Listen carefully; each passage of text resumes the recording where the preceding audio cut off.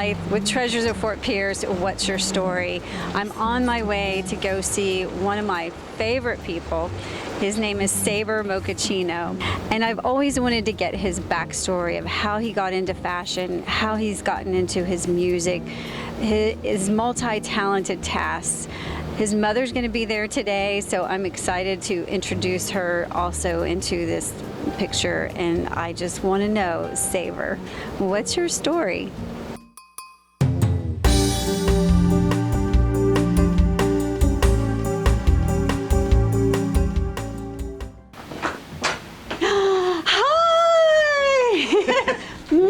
How are you? Welcome. What's going on, superstar? Yeah, Thank you for letting us in. This is Julian. Come on in. This is one of the mini collections. I have maybe one purse, that's it. But I have, how many dresses do I have? I have at least 40. You know what, Sabre, at what age did you know that you wanted to do this? Most people know my story. So my mom was always festive. She had, like, when we first moved to New York, it was just me and my mom, and years passed, and then my sisters came along, and it was just us three, my two sisters and myself. I'm the oldest and the only boy. As I got older, realized I was actually happy. She still lived. She didn't, her life was not entirely about her children. We were her top priority, but she mattered, and that's why I from that I learned, and I always would tell other moms and other parents that yes, parenting is important, but you matter in the process. Yes. Because of watching my mom. She made socializing look so much fun and fabulous. And when I was younger, I always said, when I get older, I want to party and be fabulous like my mom. And she always made it look. There was a certain level of responsibility. There was a certain level of class. There was a certain level of sophistication that went along with it. And I would watch her come in every Friday with new fabric, and she would literally just spread it out on the floor and start cutting. And she'd start pinning to her body, and she had a long, life-size mirror. Wow. And she'd be pinning to her body these different intricate outfits, and she'd be sewing. Wow. And literally in a couple of hours, she's like dressed, decked out, and she's flying out the door, and we're like, oh my God, how'd you do that? Like, it's funny because most kids at our time were outside on a Friday, like it's Friday, it's weekend, you freeze tag, hide and go seek. Right. We were inside like every Friday wanting to see what she was gonna come up with. So we were always sitting there like on the edge, like we didn't want to get in her way, and like, wow, what is she gonna create this time? So it was always, I was fascinated by this concept that you can create something to wear.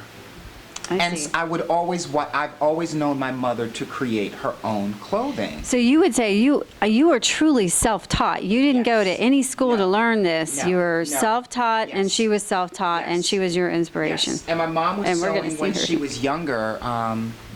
From her native country of Panama, so she was working on the old school pedal machines, and so when she got to the States, she got more acclimated to the more advanced, at that time, like the Kenmore machines, which were produced by Sears, Singer machines, and that's where she started to really progress in her skill set.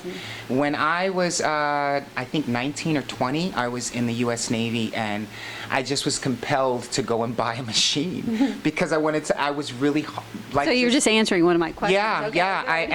I literally, many times when the guys or the other shipmates would leave and go on Liberty for breaks, I would actually be, off in a little corner trying to learn this contraption called the sewing machine. I'd go out and buy like scrap fabrics and teach myself. And a couple of pieces were like my first pieces were really like not the best, but I kept pushing and kept pushing. When it came time to re-enlist, I opted to pursue this concept of creating clothing, and the Navy was not at all happy about it. Now, when you created the clothing, you also went into making handbags. Yeah, well, and was the clothing men's or women's when you first started? It was women's at first, and over time, then men's came along, and at that time, I had a lady that was working with me who was creating these like satchel kind of handbags, and And as we continue to grow and continue to expand, her aesthetic was in the same place, and I was continuing to evolve, and she just didn't seem to catch up. And at some point in my head, I was like, well, if you did all this other stuff, why can't you make bags? And I was just like, I wonder if I could. And so I made my first messenger bag. My roommate at the time had purchased it. He still has it to this day. And I just continued to create and push myself each time. And I think that's been the biggest thing. Watching my mom, she was never formally trained in a lot of the things that she does. Today my mom does interior design. My mom, she recovers old furniture that maybe a family heirloom and you want to keep it. And these are all things that no one ever sat down and said, hey, can you do this? I actually see her going to Home Depot and the men are asking her, do you need help? And she says, no, I got it.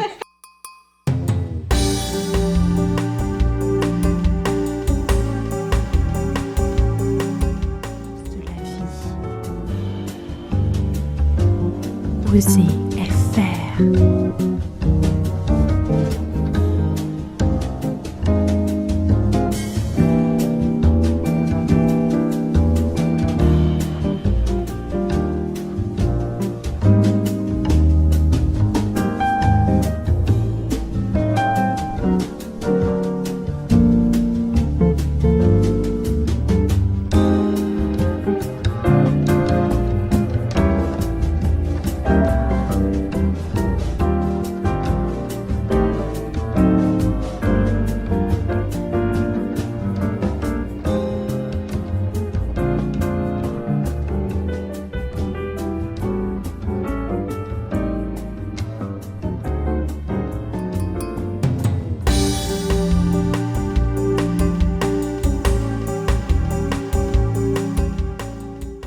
Hey, this is Plythe Freedman of Treasures of Fort Pierce, and we are at Sabre Mochachino's Sip and Shop.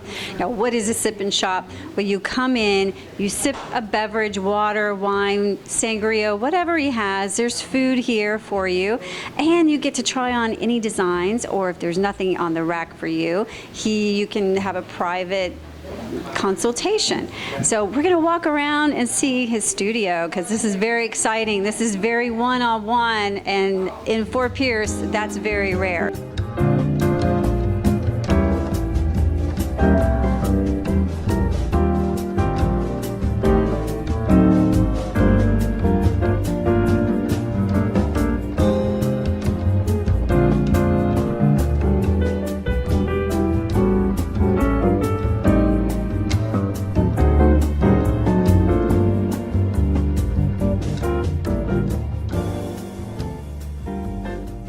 Can I see you? I want to see you in this.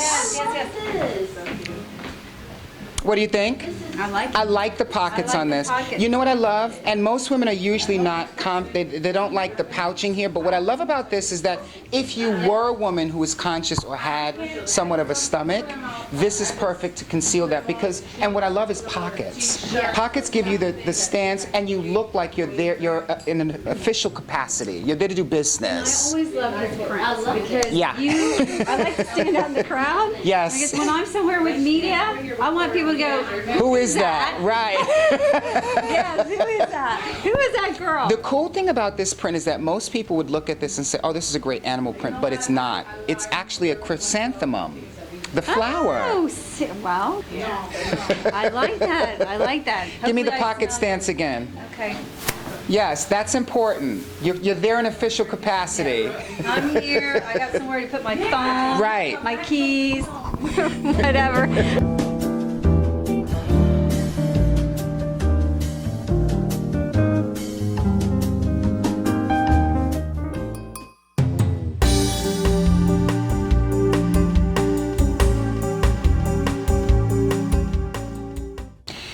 Hello, everybody. Well, today we're actually discussing, or actually looking through, part one of my summer and resort collection. Usually every year, my clients are always looking for something really cool, really fun, flirty, sophisticated, and just all around fashionable. The thing about when I create for summertime and the clients that I dress, usually I never try to stick to a specific season, more so because I reside in Florida. Though I have clients in New York and LA, I try to stick with non-seasonal collections or non-seasonal pieces, more so because my clients may be multi-climated, they may be bicontinental, intercontinental. It could be a myriad of things that their lifestyle may require. So you may have at one point there may be skiing for 2 days, and then the day after that they're on the beach. So their wardrobe kind of has to have that same morphability, or the same way to at least transform or work for them within their lifestyle. What I like about when I create summer, it's very easy. It's not too many layers. Things like cover-ups like this, which are great for the beach. And you can also wear like really cool, like a really cool sport bra, or just like a really sexy bikini top underneath, maybe some really hot, great hot pants underneath. The same thing for this, and I love colors. I love colors like turquoise, juxtaposed with colors like browns and espressos. Then I love prints. And the reason why I like prints, and a lot of people think that I just like prints more so because it's just color, it's colorful, it's a pattern or a print, but that's not the reason. My method or the reasoning behind it is there was an artist that actually sat and created this. There was someone who conceived this idea, just like I conceived the design itself. And these are like unsung heroes to us designers. We never know who they are. They never get the credit. And so it's my way of actually giving them some shine, or at least some credit to their work. I think prints are like art pieces, and there's some graphic designer or some print designer that's actually sitting down coming up with this. And I think this is just a great way of giving them and their work some credit.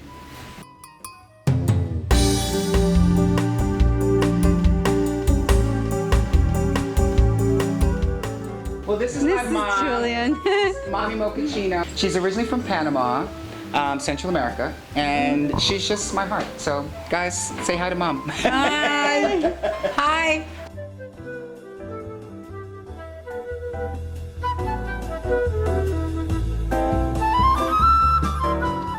When was your big break? That's a good question. My biggest break, probably when I did my first official fashion show in New York. It was done on Herald Square, Midtown, Manhattan. My mom was my biggest champion again. She's never missed a show. And it was a couple of doors down from the Empire State Building, and I was very nervous. This is my first time showing a collection on my own, self-financed, no help from anybody. And I was doing deconstructed design at that time. Now when I look back, it's like you could have cleaned that up a bit, but at that time it was to the audience like, wow. And I didn't expect people would want to come and see who I was or what I was doing, but it was a packed house. It was really like high energy. The backstage I had the best of the models at the time. Nice. And it was, my mom sat back, and for the first time she actually started to see that this was really something.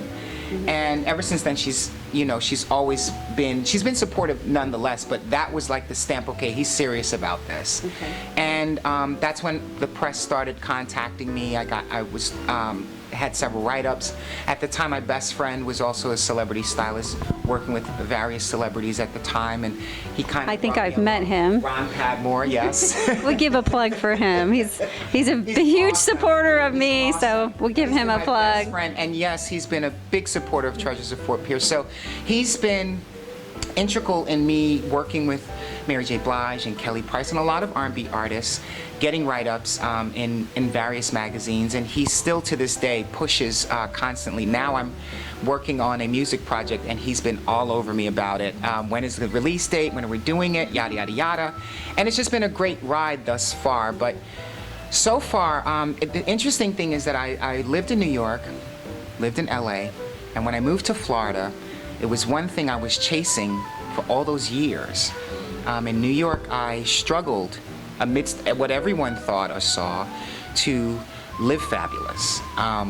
When I moved to LA, I struggled amidst what everyone saw, on the surface. They never saw the scotch tape and the bubble gum in the background. I struggled to look fabulous. And when I moved, ironically, to a small town called Fort Pierce, I realized I am fabulous. And it was because of the adoration and the love, the other clients that I dress all the time. And there's no rush. There's a real deep appreciation for the work that I do. Unlike New York, where everything is fast-paced, everyone needs it right away, there's a much different level of appreciation here, and I got to tell you, I love it. It's local coastal. This is local coastal. It's slower living. Awesome. Yes. It's awesome. But that was my question. How did you leave there to come here? I probably know the answer, but other people may not. Well, So tell us. I lived in New York originally. My mom insisted that I move to New York when I had just left the military, and I did. I didn't think about it. I just did it. And then after 10 years of living in New York, I always had this belief that if you can make it in New York, you can make it anywhere in the world. And again, my best friend Ron moves to LA, and he goes, you should definitely come and check out, LA. And I'm like, no, that's not for me. LA's too pretentious. It's make-believe. And he goes, oh, that's perfect, because that's a part of the whole fashion concept. Yeah. I'm like, I'm not ready. And so I went out and checked it out, and I actually saw it through a different set of eyes. And he said, don't come with jaded eyes. Don't come like a New Yorker. Come expecting something different. Look at it differently. And I did, and I actually appreciated it. What I got from LA, creatively and both professionally as a designer, it refined my work. It gave me a better hand and a better understanding of how garments draped on your body, how color. I was used to blacks, grays, and muted tones living in New York, and when I got to LA, it was this whole explosion of color, and I'm like, oh my God, like this is awesome. Like you can actually do this here and you get away with it. It's cool. And then I actually, my perspective on my work and my career changed. Ironically, of all the places, LA, you would think that would happen in the fashion center of the world, New York, but that's not where it happened. It happened in LA. It was much more expansive. The garment district was huge. Right. So many different factories. I was in and out of factories, learning and watching the different sewers and just learning different techniques of construction and everything. And then my business partner and best friend, Chris. Are we going to meet him today? I'm hoping. He's like running around crazy today. Okay, all right. Hopefully fires, but we will meet your mom. Yes, mom's definitely here. But he was the one who came here first to Florida, and he said, you should definitely think about coming here. And I'm like, this sounds like a repeat of why I got to LA. He goes, no, I think creatively you kind of need a space and a place to be in that's non-competitive, and also where you're focused. LA had so many different distractions. It was, Malibu and Bel Air, and I was meeting different people, but I wasn't really focused on the work. You weren't creative, you were networking at the time. Networking at the time. But that's important too. It was excellent because it did hone my skills on people and socializing. From a different perspective. New York, you come in and it's kind of like you have a chip on your shoulder. And not to say that about everything, but you're guarded. LA, you kind of relaxed your stance and you was a little bit more open to meeting different types of people.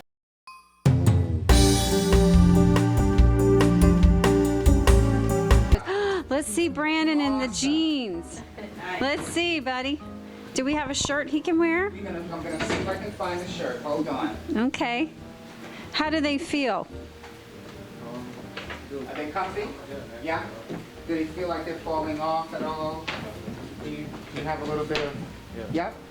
He's awesome. Now, the other thing is... Yeah. See, turn around. Let's see the back. Oh, look at the back of this. Good tush. I like this jeans. I mean, these are like very different. You don't see these. Well, these are... You get these from New York. Right, and they're pre-washed. Usually when you get denim, it usually comes raw. Let's see a jacket on him. Yeah, let's, where is... When you see denim now, it's always skinny jeans. Yes. I like how it's so It's different. relaxed, It's really- right. I love. Do you like those? Definitely. Those are one of a kind. You wear those to school, and Let's try this. let's try a This is jacket and actually see what he my looks like. jacket. Yes. And it's Okay. inspired because again, military, prior military. So I like things that make you look like power and officer-like. yeah, that's Wow. Now turn around so the camera can see you too. Look at the back of this. The details and the stitching is. I just can't believe you self-taught yourself this. I mean, look at that.